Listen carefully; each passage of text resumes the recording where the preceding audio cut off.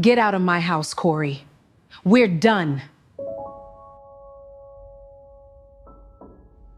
Congratulations on the deal, Ariana. Maybe give her some space, man.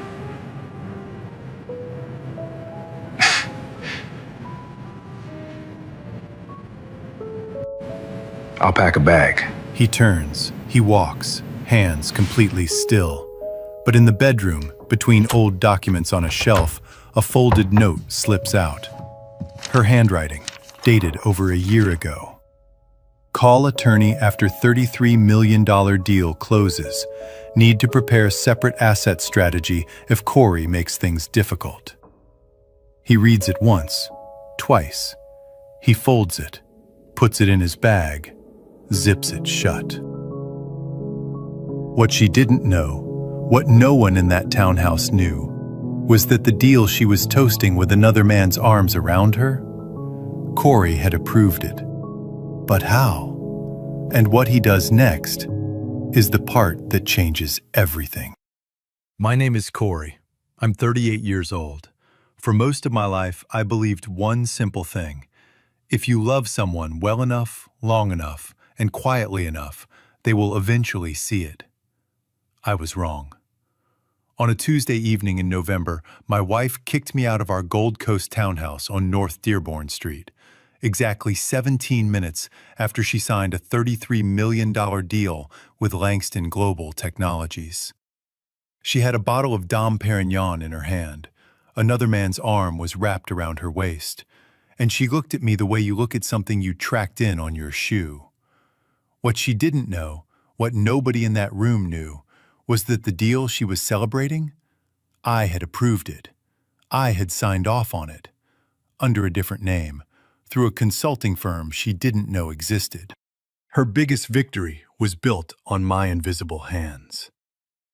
And she had no idea. But we'll get to that. Psychologists call this invisible labor blindness, when one partner's contribution becomes so consistent that the other stops registering it as contribution at all. It becomes furniture, expected, unnoticed, until it's gone. The danger isn't that Ariana was ungrateful.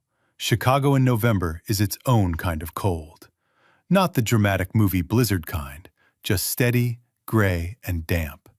The kind that gets inside your coat and stays there.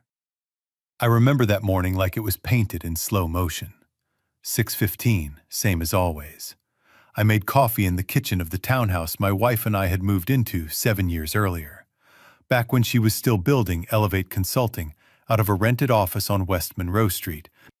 And I was the one staying up past midnight, formatting her pitch decks and running the numbers she needed to walk into rooms with confidence. The coffee maker had a small crack in the carafe that I kept meaning to replace. I never did. It felt like hours, that crack, evidence of a life actually lived in. I stood at the window with my cup and watched the street below. A woman walked a fat beagle past the gate. A delivery truck rumbled around the corner. Normal. Quiet. Safe. I held on to those things the way you hold something you don't yet know you're about to lose. I was the IT manager at Lakewood Community College on the North Side. Steady work. Respectable. But what nobody at that college knew, and what Ariana herself had long stopped caring to know, was that I had also been running a consulting firm under my mother's name, James & Associates, after my middle name.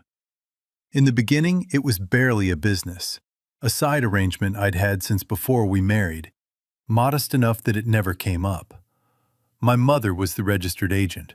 What came through her accounts was hers to hold until I knew what I was building it for. That had been our arrangement from the start, and it didn't feel like a secret so much as a project. But over the last 18 months, the work had grown into something real, significant. Clients in 4 states. Due diligence reports on transactions worth more than some small towns. And by the time I understood what it was becoming, Ariana's family had made it clear enough times, in clear enough ways, that I'd decided. I would not hand them the satisfaction of knowing. Not yet. The money stayed separate. The LLC stayed in my mother's name, and I kept building, quietly, the way I did everything. When a person is consistently made to feel their worth is conditional, tied to income, status, or someone else's approval, they tend to do one of two things: collapse inward or quietly build. Corey built. That evening I came home early. The signing was supposed to be downtown at the Langston Global offices on South Wacker Drive. I hadn't expected anyone to be home, but the front door was unlocked, and from the hallway, I could already hear the champagne cork. I stepped into the living room. Ariana was laughing, bright and open, the way I hadn't seen in a long time. She wore the navy blazer she saved for her biggest moments. Her hair was perfect. She looked beautiful, honestly. She looked like everything she had worked for had just landed squarely in her hands. Then I saw him. Marcus Hale. 40 years old, expensive suit, the kind of man who enters a room as though he already owns the deed to it. His hand rested low on Ariana's back. Not colleague low, not friend low. She saw me, and the laughter stopped. "Corey, I didn't know you were home early." Not, "Honey, come celebrate." Not, "You won't believe what just happened." Just that, flat and careful. The voice of someone recalibrating, not someone surprised. I congratulated her. I meant it, God help me.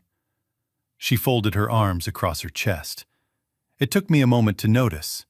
Her left hand, her ring finger, empty. "Corey, I want a divorce." Just like that. No prelude, no trembling. She said it the way you announce a quarterly decision in a board meeting. Clean, final, already decided long before this room, long before this evening, long before I walked through that door. Marcus didn't speak. He just stood with a small, patient smile. The smile of a man watching a formality get completed. I went to the bedroom to pack. My hands were steady. That surprised me. I pulled a duffel bag from the closet shelf and moved slowly and deliberately, the way you do when your mind is working too hard to let the rest of you shake. Then a folded piece of paper slipped out from between a stack of old documents on the shelf.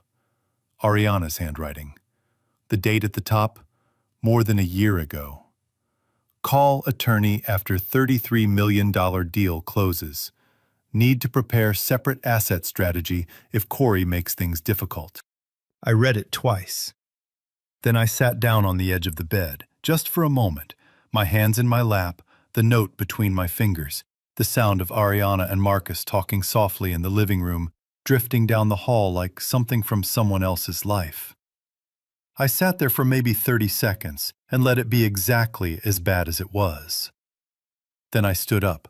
I folded the note carefully and put it in the front pocket of my bag, and I finished packing. Notice the phrasing, if Corey makes things difficult, not if Corey is hurt, not if Corey deserves more. The framing strips him of humanity and recasts him as an obstacle to manage. Psychologists call this dehumanizing rationalization. Reducing a person to a problem so the conscience doesn't have to account for them. She hadn't just decided tonight. She had been planning this for over a year, building her exit strategy while I was still bringing her coffee in bed on Sunday mornings. I zipped the bag. I could hear them talking softly in the living room. I did not try to listen. I walked out of the bedroom, down the hallway, past the living room without turning my head, and out the front door into the cold November street. I did not look back. The maple tree stood bare at the curb. The streetlights were just starting to flicker on. I stood on the sidewalk with my bag at my feet, breathed in the cold air, and let one thought settle quietly into place. She has no idea what she just set in motion. Here's what I want to ask you right now. Do you think Corey should have walked out quietly? Or should he have said everything right there in that living room? Type 1 if you think his silence was strength. Type 2 if you think he should have spoken up. Or tell me, have you ever stayed quiet when every part of you wanted to speak? Because what happens next will make you rethink everything you just answered. My father, Raymond Thompson, has lived in the same brick bungalow on North Paulina Street in Rogers Park for 31 years. The porch swing out front has needed a new hinge since the early 90s, and he's never once been in a hurry about it. He says a creaking swing keeps you humble. Standing at his front door that November night with a duffel bag and no real plan, I finally understood what he meant. He opened the door before I could knock. He'd seen my headlights from the window. He didn't ask a single question. He simply stepped aside, went to the kitchen, and made us both a cup of tea with way too much sugar, the way he always did. And we sat at his old kitchen table under the overhead light that made everything look a little warmer than it actually was. I told him everything. He listened without interrupting once. When I finished, he wrapped both hands around his mug and looked at me the way a father does when he's choosing his words like he's choosing tools for a delicate job. Don't let anybody make you feel small, son. We build homes on respect, not on who makes more money. Simple words, but in that kitchen, at that hour, they reached somewhere deep. Psychology note. What Raymond offered his son was mere dignity, reflecting a person's worth back to them at the exact moment they can no longer see it themselves. Then my father set his mug down and cleared his throat. There's something I should have told you sooner. About 5 weeks ago, Ariana's brother Deshaun called me.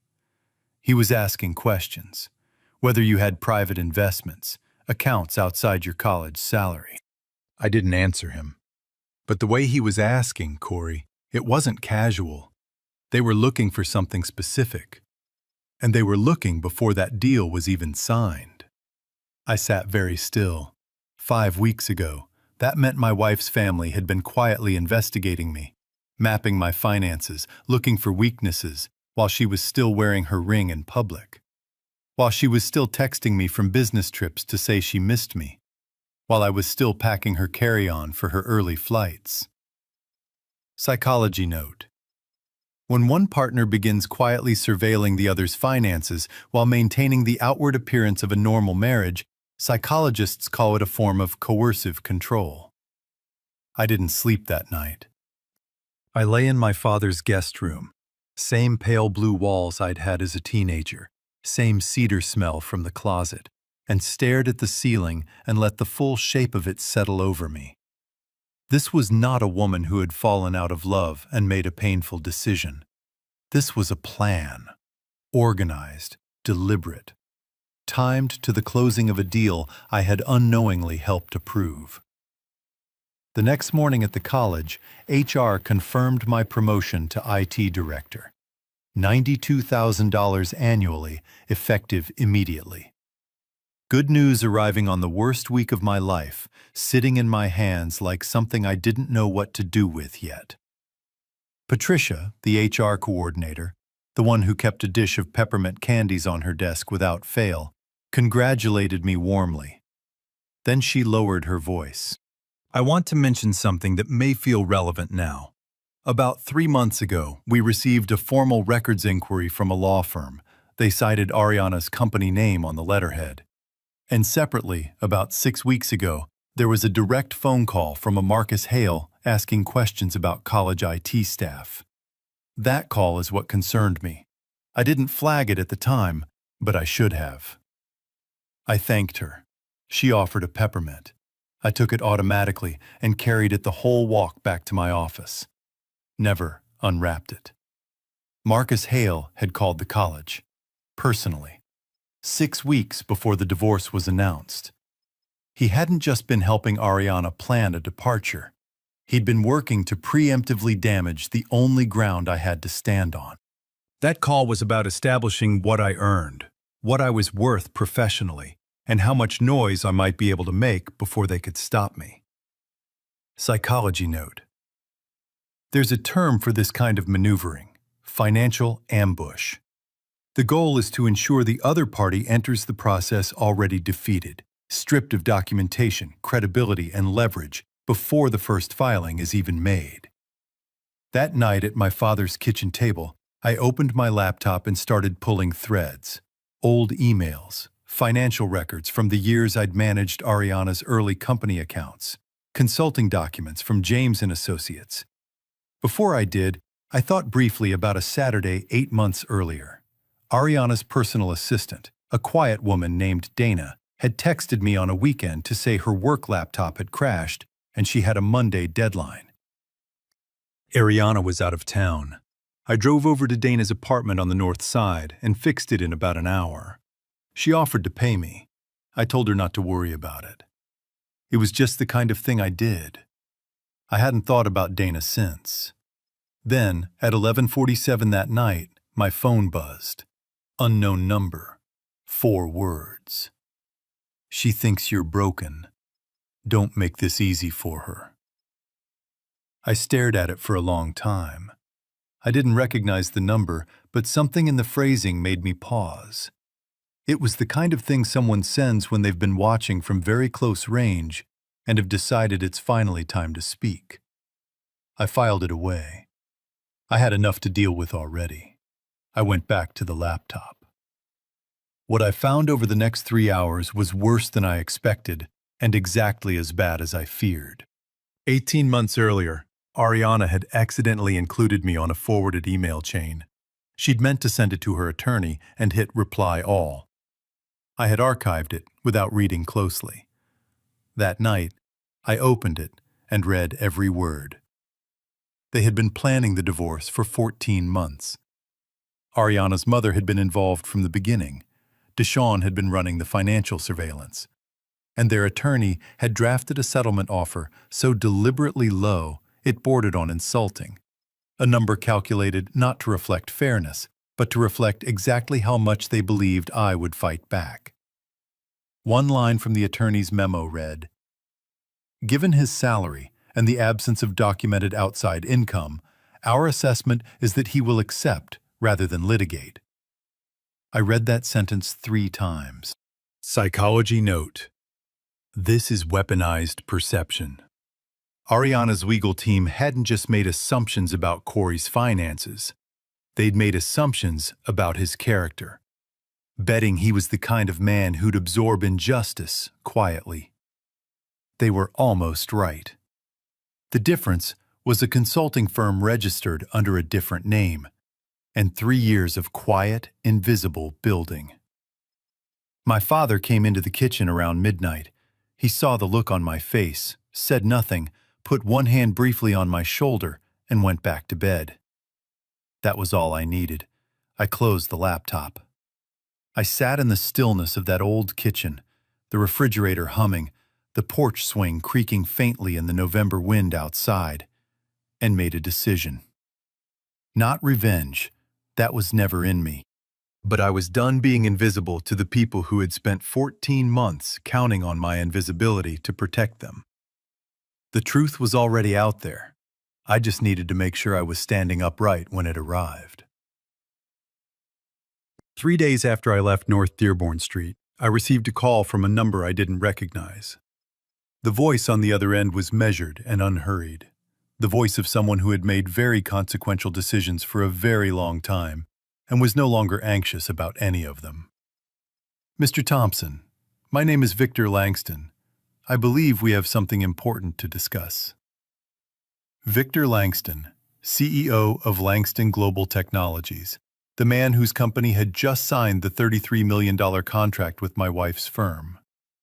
We agreed to meet the next morning. He had reserved a private dining room at the Langham Chicago on East Wabash Avenue, the kind of place where conversations don't carry to the next table. I arrived 10 minutes early.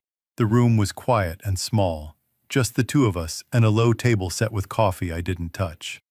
I sat by the window and watched the river below and waited. Victor arrived exactly on time. Tall, silver at the temples, dark wool coat, no tie. He shook my hand briefly, sat across from me, and placed a manila folder on the table between us without opening it. "I'm going to be direct with you, Mr. Thompson, because I believe you've earned that." He opened the folder and pushed it toward me. Photographs, time-stamped messages, hotel lobby records from Chicago, from Atlanta, from a Dallas conference Ariana had described to me as strictly client-facing. 3 days ago, Langston Global received an anonymous email. It contained documentation of a personal relationship between Ariana Thompson and Marcus Hale, the strategic advisor who represented Elevate throughout our negotiation. The relationship appears to have been ongoing for approximately 6 months, overlapping with the entire contract period. I had suspected. In that quiet, cellular way that married people sometimes know things before they're ready to name them. But seeing it documented, time-stamped, printed, inarguable, was its own particular weight. Grief and confirmation arriving in the same breath. What Corey experienced has a name in trauma psychology: confirmation collapse. The grief arrives not when we first suspect a betrayal, but when the last possibility of being wrong disappears. I closed the folder and set it back on the table. "I'm sorry," Victor said, and he genuinely meant it. Not performed sympathy, the quiet acknowledgement of a man who recognized the terrain. Then he reached into his jacket pocket and set a small digital recorder on the table. There's something else. A secondary recording was included in the same communication. Our legal team has reviewed it carefully. The person who sent this email was a direct participant in the call. She was on the line when these statements were made, which under Illinois law makes the recording lawful. We've been advised we can use it as context for a governance review, though not as evidence in any legal proceeding. What matters today is what it establishes about intent. He pressed play. 40 seconds. Marcus Hale's voice filling the small room, confident, casual, the voice of a man who believed completely he was speaking in private. "Once the deal closes, we handle the IT guy cleanly. I've got someone watching his accounts already. If we need to, we ruin his reputation at the college, get him discredited before the divorce goes public. He won't have anywhere to stand." The recording ended. The room was very quiet. My jaw tightened so hard it ached. I made myself release it.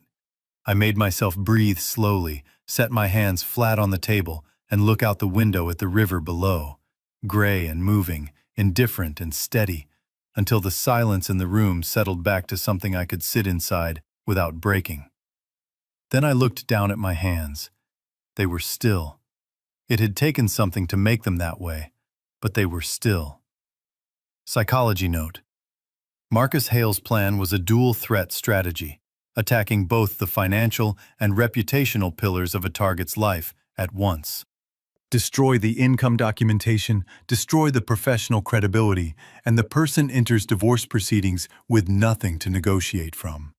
He had a coordinated plan to neutralize you professionally and financially before you could respond, Victor said quietly. The goal was to make sure you entered the divorce with nothing to stand on. Then he leaned back and looked at me with something I hadn't expected. Not pity. Measured respect. The kind you extend carefully to someone you're still quietly evaluating. "Mr. Thompson, we know who you are. Both of who you are." He paused. "You are Corey Thompson, Ariana's husband, and you are also Corey James, the senior consultant retained by Langston Global through James & Associates LLC, registered under your mother's name. You analyzed Elevate Consulting Group and issued the formal approval that put this contract in motion. The anonymous email included more than photographs. It included your name, Corey James, James & Associates, cited as the consultant who approved the Elevate deal. The sender had access to Ariana's business correspondence and found your name on the contract months before any of this came to a head.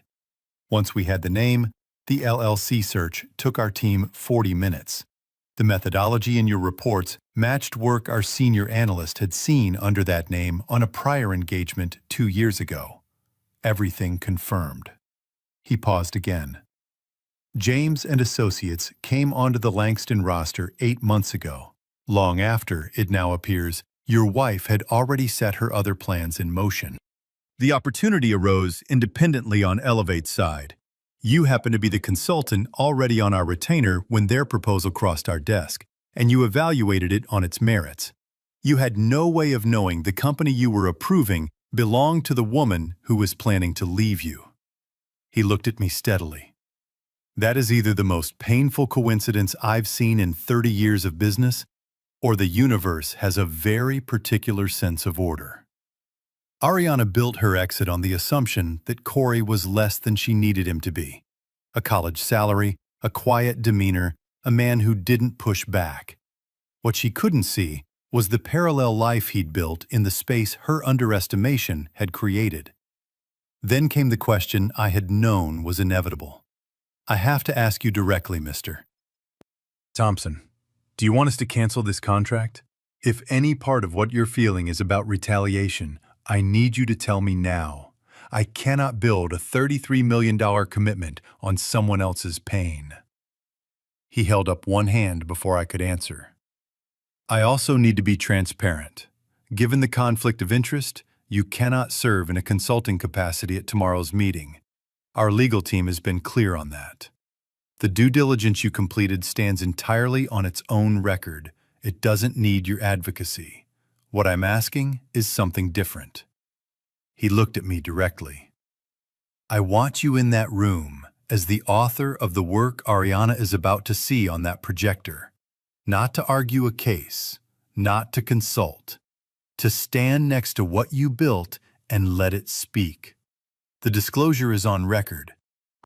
There's nothing improper about a witness being present at the review of his own work. I looked out at the river below. A barge was moving slowly south, loaded and unhurried. Part of me wanted to see the whole thing collapse. Every dollar, every press release, every congratulatory message from her mother and her brother who had spent months quietly dismantling me. That part of me was real. I won't pretend otherwise.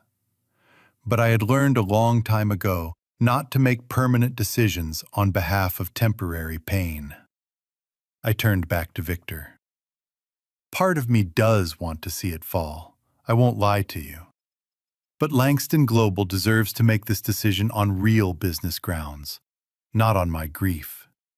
The work I completed was honest. That distinction is yours to make, not mine. Victor looked at me for a long moment.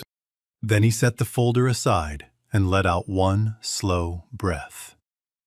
Can you be in Dallas tomorrow? I looked at him across that small private room in the gray November light coming off the river, in a city that had spent 3 days quietly breaking my heart, and said the only thing I had left in me to say. Yes. I packed one bag for Dallas, my father's watch, one good shirt, my laptop. The flight left O'Hare at 6:15 the next morning. I watched Chicago disappear into the clouds and let myself feel, fully and completely, everything I had been holding at arm's length for 3 days. Then I folded it away, neatly, like a letter you keep but no longer need to reread.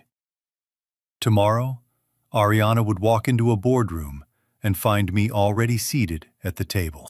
And the name on the most important pages in the room, the pages that had made her deal possible, would be mine.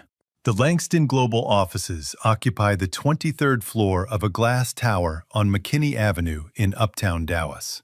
Floor-to-ceiling windows, the city spread below like a blueprint of ambition. A conference table long enough that you have to lean forward to see the other end. I arrived at 9:45. Charcoal gray button-down, good slacks, my father's watch on my left wrist. Nothing more. I took the seat Victor indicated near the center of the table, facing the door, folded my hands in front of me, and waited. At 10 o'clock exactly, the conference room door opened. Ariana walked in wearing the navy suit, the tailored one from Michigan Avenue, the one she reserved for meetings she called the ones that matter. Portfolio under her arm, posture perfect, stride carrying the full authority of a woman who expected every room to receive her on her own terms. Marcus Hale followed a half step behind. She was already extending her hand toward Victor, smile assembled and professional, when her eyes traveled the length of the table and landed on my face. The smile did not fall. It froze, completely and instantly, like a photograph taken at exactly the wrong moment. 3 full seconds of absolute stillness. Her hand suspended in the air. Victor mid-reach. Marcus pausing behind her. The court reporter's stenography machine ticking softly in the corner, indifferent to all of it. Then her hand dropped. What happened in those 3 seconds is what psychologists call a schema rupture. The moment reality fails to match the mental model a person has been operating from. She'd walked in carrying a story. She was the CEO, this was her deal. Corey was someone already managed and moved past. In 3 seconds, every part of that story collapsed at once. Victor moved smoothly, as though nothing unusual had occurred. Miss Thompson, Mr. Hale, thank you for making the trip. Please, sit down. They sat. Ariana chose a seat diagonally across from me. She did not look at me again. Her jaw was set, her expression carefully managed, and nearly successful, except for the leather portfolio pressed flat against the table beneath both her palms, holding something steady that wanted very much to tremble. Victor opened the meeting without ceremony. Before we move to business, I want to make one introduction. This is Corey James, Senior Consultant with James & Associates LLC, retained by Langston Global throughout the evaluation and approval process for this contract. He was the primary analyst on the Elevate Consulting due diligence report. He's here today as a witness to the integrity of that work, not in a consulting capacity. Our legal team has noted the conflict of interest, and it's on record. He won't be speaking to the business case. He'll simply be present while the board reviews the documentation. He paused. Corey James is also, as some of you may now be piecing together, Corey Thompson, Ms. Thompson's husband. One board member set his pen down carefully. Another shifted in her chair. The court reporter's machine kept ticking, steady, impartial, unbothered. Victor picked up his remote. The projector came to life. On the screen, the full due diligence report, 47 pages. And there, on the cover, on the executive summary, on the financial risk assessment, on the leadership evaluation, the name Corey James, with my signature below it, page after patient, deliberate, invisible page. Ariana had built her departure on the belief that Corey was peripheral, a supporting character at most. Those 47 pages said something no argument ever could. He was never peripheral. She just wasn't looking. Victor advanced to page 31. Leadership Risk Assessment, dated 2 months prior. He read aloud, calm as a man reading weather data. The CEO's recent decision-making reflects possible influence from a personal relationship with a business partner. Recommend follow-up governance assessment prior to final contract execution. The room was very quiet.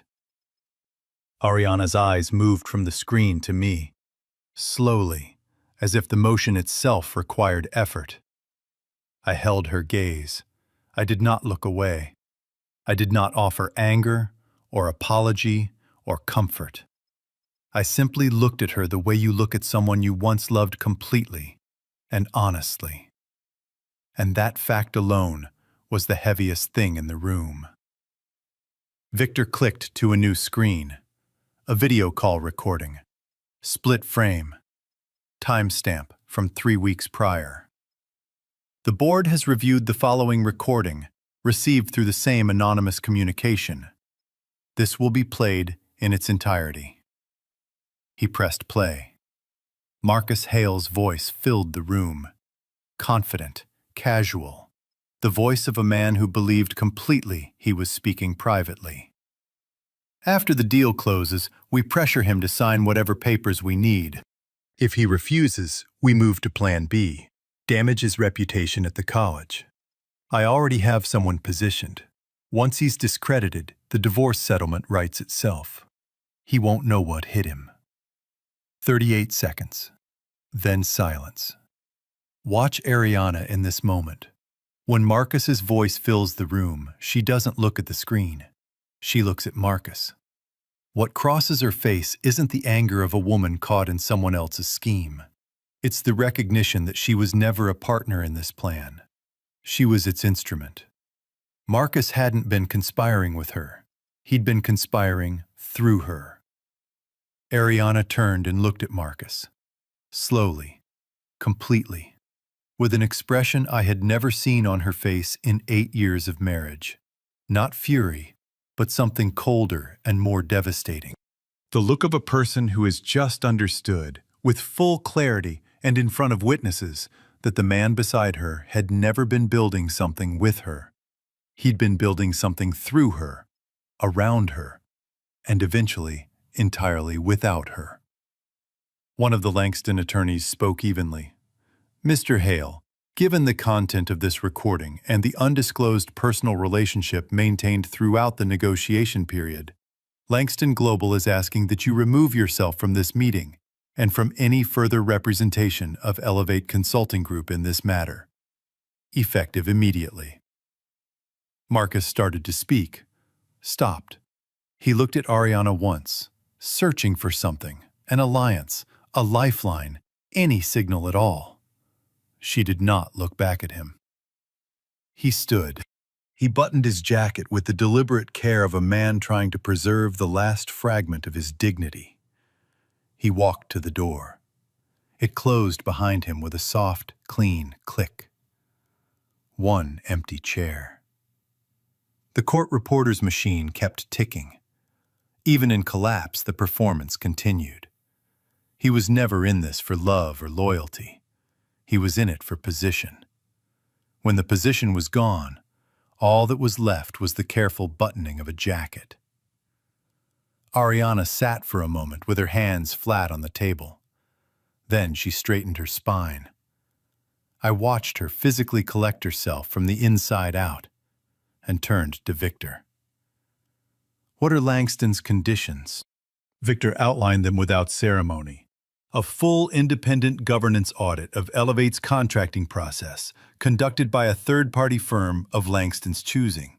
A formal written termination of Marcus Hale's involvement with any Langston-facing work, effective immediately, and Ariana's personal cooperation with the compliance review as the signatory CEO. Then he added one more thing, and this one was not a demand. You may choose to step back from day-to-day operations during the audit period. Some CEOs find that useful, some don't. That's entirely your decision. What's not optional is the audit itself and the removal of Mr. Hale. Ariana listened without interrupting. 2 precise, professional questions about the audit scope and timeline. Then, one single nod. I'll accept your conditions. The board began to rise, gathering papers, exchanging quiet words. And in the middle of all of it, Ariana and I were the 2 still points in a moving room. She looked at me, just for a moment. Her eyes were dry, but barely, held there by sheer will. I held her gaze one last second. Then I gathered my materials, said a quiet word to Victor, and walked out into the hallway. As the elevator doors slid open, I caught one last glimpse through the glass wall of the conference room. Ariana, sitting alone at the long table, portfolio still closed in front of her. The projector still glowing with page after page of a report I had written months before my marriage ended. My name, my work, the invisible foundation of a celebration that had been built without knowing I was in the room. The doors closed. I breathed. Just breathed. They asked me to wait in a smaller room down the hall while the board finalized the paperwork. I sat with a glass of water, my phone face down on the table, and looked out at the Dallas skyline. trying to locate something in myself I could name cleanly. It wasn't relief exactly. It wasn't satisfaction. It was closer to the feeling you get when you've been carrying something very heavy for a long time, and someone has finally said, "You can set that down now." You still feel the weight in your shoulders. Your hands are just empty at last. About 20 minutes later, a single knock at the door. Ariana stepped inside. Alone. No portfolio, no professional armor of any kind. Just her, in the navy suit with the collar slightly undone, reduced to her actual human size. She stood in the doorway for a moment. Then she held up her phone, briefly, just enough for me to see it. I called my attorney from the hallway, before I came to find you. She set the phone face down on the table as she sat. I told her to withdraw the original settlement offer. I told her to prepare something fair. She folded her hands on the table. I want you to know I didn't do that because of what just happened in that boardroom. I've been moving toward it for 3 weeks, since I found what Marcus had tried to sign away behind my back. That was the moment I understood what I'd actually been building my life around. Not freedom, not ambition. A man who saw everything in my world as an asset to be extracted, including me, including my company, including you. She looked at me directly. I wanted you to know it was my decision. Not consequence, not legal pressure. Mine. Psychology note. Therapists call this the drop, when a person who has maintained a performance under extreme pressure finally releases it. I sat with that for a long moment. Outside, Dallas glittered in the midday sun, indifferent and radiant. There was a version of this moment I could have used as a weapon. The irony of it, that she'd protected herself from Marcus using something I had given her, while simultaneously using a plan designed to leave me with nothing. That irony had edges. I could feel them. But I'll be honest, hearing her say it cost me something. Not anger, something more complicated. The particular grief of recognizing that the best of what you gave someone was still working inside them, protecting them, long after they had stopped protecting you. I let that feeling move through me completely. Then I set it down. I don't want to destroy you, Ariana, I said. I never did. I just need you to understand what you threw away. She absorbed that without deflecting. She let it land all the way to the floor. After a long pause, 3 weeks before the deal closed, Marcus came to me with paperwork. Restructuring documents, he said. Standard procedure before a major contract. He needed my signature on a few asset transfer forms. I skimmed them. I signed one without reading it carefully enough. She looked down at her hands. 2 days later, I read what I had actually signed. A partial transfer of Elevate's equity holdings into a personal account in Marcus's name. I had my attorney reverse it within 48 hours. He doesn't know I caught it. A pause. There's something you said to me years ago, back when I almost took a partnership with someone whose books didn't add up. You told me, never let anyone use emotion to take what doesn't belong to them. That's the line I heard in my head when I read those papers. That's the only reason I still have a company today. Your words were what saved me from the man I chose over you. Psychology note. Psychologists call this embedded mentorship. Influence so consistent and quietly delivered that the recipient doesn't realize they're carrying it until the moment they most need it. Ariana had absorbed Corey's judgment, his values, his way of seeing. When she stood at the edge of losing everything, it was Corey's voice she heard, not Marcus's confidence or her own ego. The cruelest irony in the story isn't that Corey built her deal. It's that he built the very instinct that kept her from being destroyed by the man she chose instead of him. She nodded once. She stood.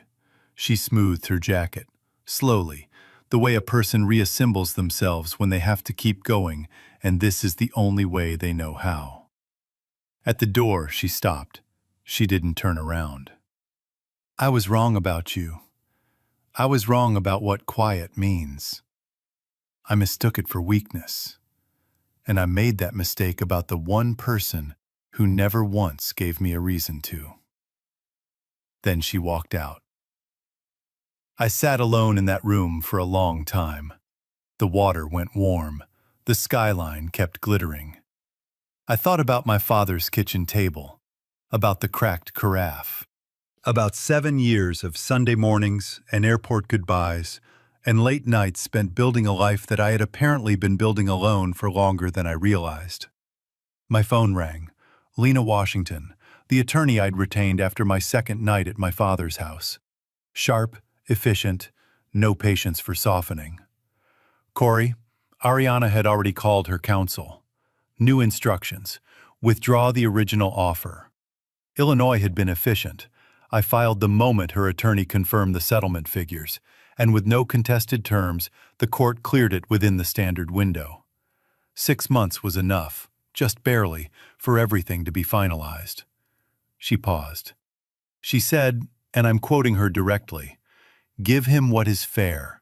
He deserves it." I closed my eyes for just a moment. Fair.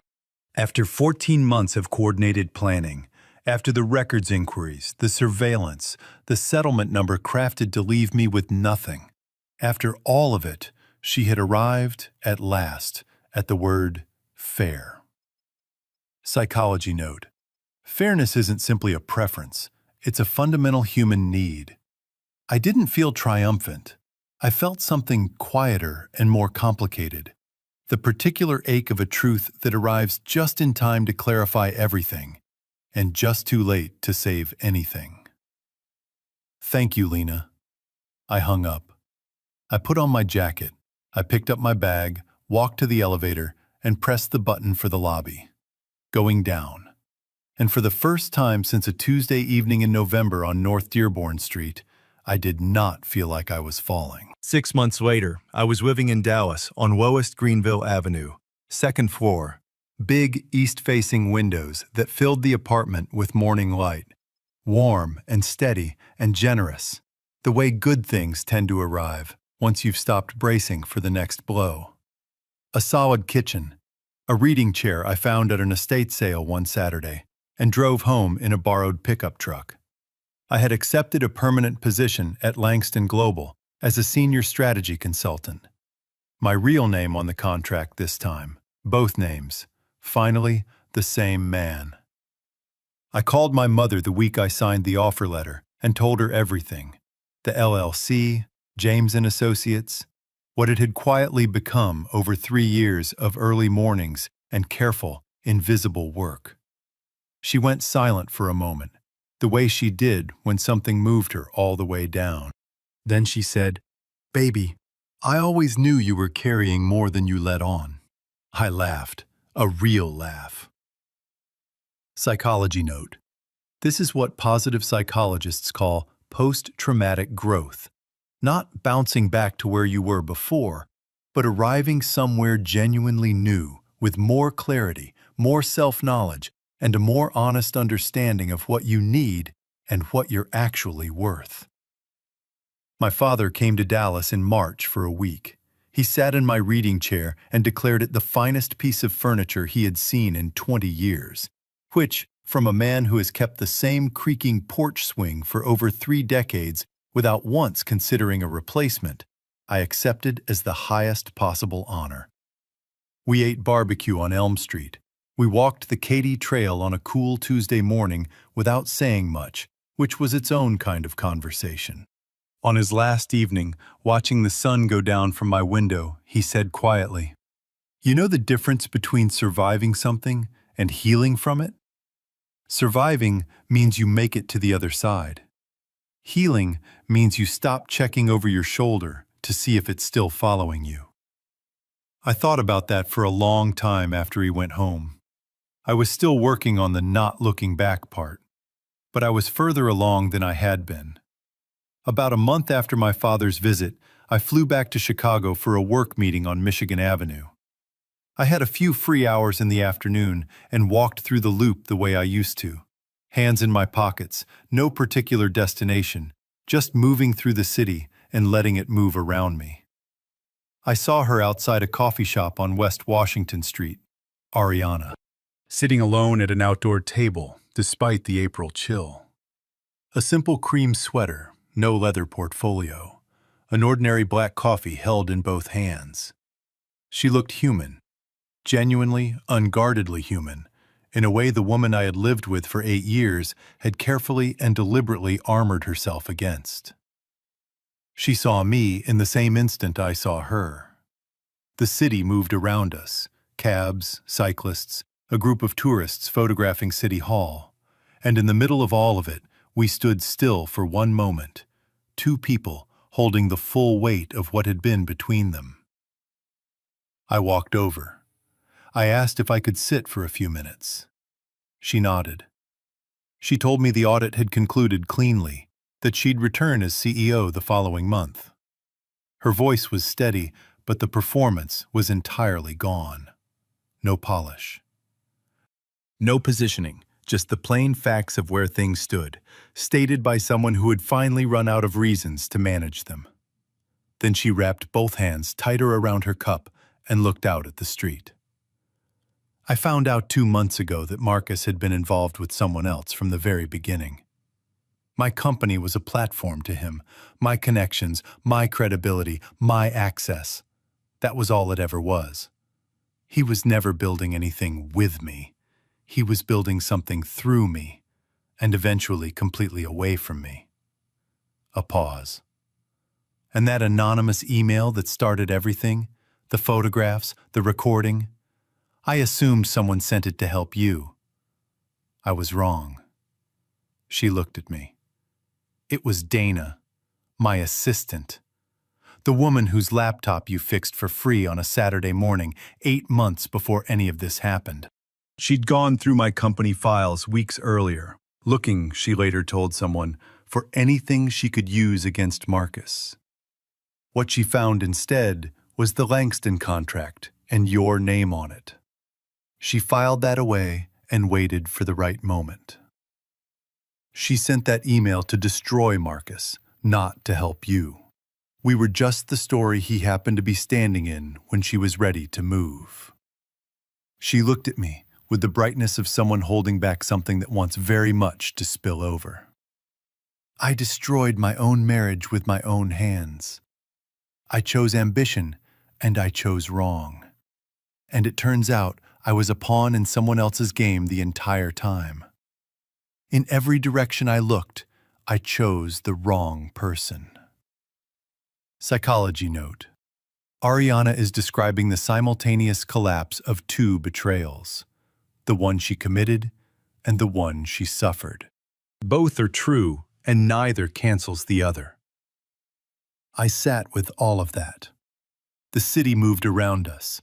A pigeon walked in small, determined circles near our table. Someone's phone rang nearby and went to voicemail. The world just kept going. I did not comfort her. That would have been dishonest, and she deserved better than that, even now.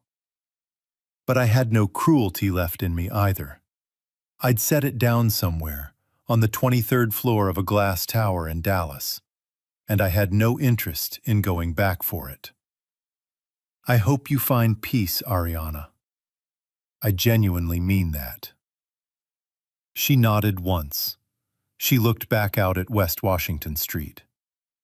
I stood up, put my hand briefly on the back of the empty chair beside me, not on her shoulder, just the chair, and walked away into the April afternoon. I did not look back. Not once. That night, back in Dallas, I opened my phone and found the unknown number, Dana's, though I'd never confirmed it and didn't need to now. I deleted it. I sat in my reading chair by the east window.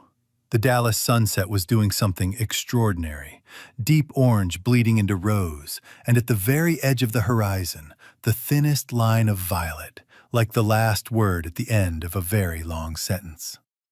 I watched it the way you watch something beautiful that you know will not last. And I thought about what my father had said the last time we talked on the phone, while I was making dinner and he was half watching a game, and we were talking, the easy way we talk when there is nothing left to prove. The best thing about the truth, son, is that it doesn't need you to defend it. It just needs you to be standing next to it. I think that's right. I think that is exactly right. This story reminds us of something most of us already know but rarely say out loud. That the person who does the most is often the last one anyone thinks to thank. Maybe you know someone like Corey. Maybe you've been someone like Corey.